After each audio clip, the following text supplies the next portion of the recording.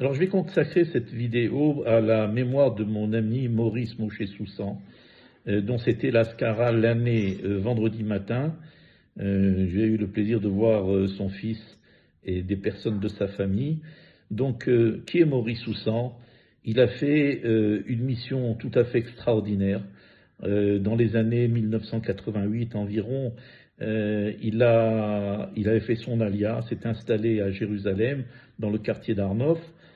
Et donc, en voyant Rabbi Israël, parce qu'il faisait partie de l'équipe qui avait fait connaître Rabbi Israël tout au début, elles avaient découvert Rabbi Israël dans la maison de retraite de Ranana.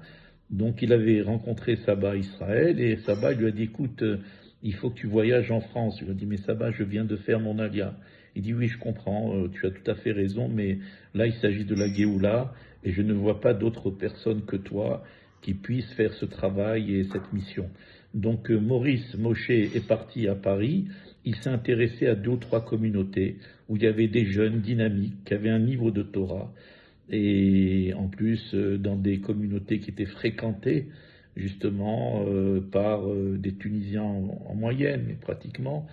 Et donc il s'est intéressé à eux, il a commencé à parler à leurs dirigeants, des équipes dynamiques qui savaient écouter, qui étaient intéressés. Et il a réussi à leur communiquer le message du Pétek, de Rabbi Israël, de Rabbi Nachman, et pour les amener, tous autant qu'ils sont, à faire leur alia. Donc la particularité de Maurice, de Moshe, c'était ses connaissances très très importantes au niveau de la Torah, au niveau de la Gemara, ses connaissances dans les lois également, dans les lois de Kashrut et tout ce qui en était. Il avait vraiment une formation de Rav, mais il ne s'en vantait pas, parce qu'il avait étudié vraiment la Torah dans les yeshivot, et il avait acquis une très grande force dans la parole et un art de communiquer. Donc Rabbi Israël, qui savait repérer les bons éléments, il lui a demandé de faire cette mission. Et ce qu'il a réussi à faire, c'est extraordinaire, c'est qu'il a réussi à faire remplir tout un avion pour le premier voyage à Oman, avec des jeunes qui n'étaient pas du tout habitués à voyager dans ces régions-là, des gens qui étaient un petit peu attachés à leur train de vie, à leur qualité de vie. Donc il a été organisé des repas pour le voyage là-bas. Il fallait ne pas oublier d'emporter son eau de toilette, peut-être le séchoir à cheveux pour faire le brushing. Mais bon, il y avait tout. Mais ces jeunes-là ont accroché au message de Moshe. Ils ont énormément évolué.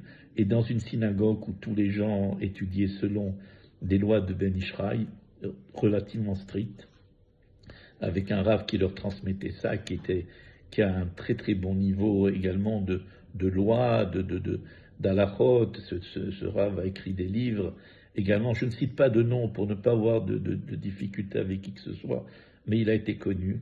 C'est une référence au niveau halachique. Donc ces jeunes-là ont suivi ce rav qui lui-même a suivi cette nouvelle direction de vie. Et ils sont montés tous à Ouman ensemble. Et c'était le premier voyage à Ouman dans lequel j'ai participé également.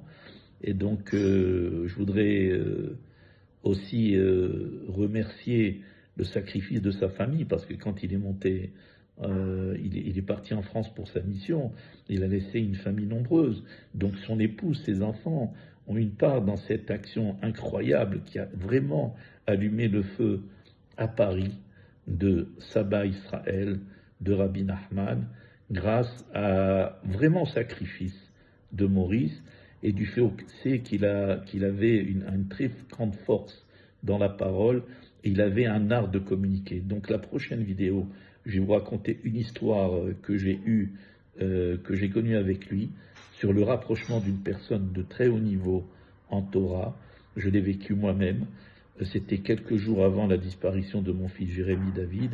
Je vais vous la raconter lors de la prochaine vidéo.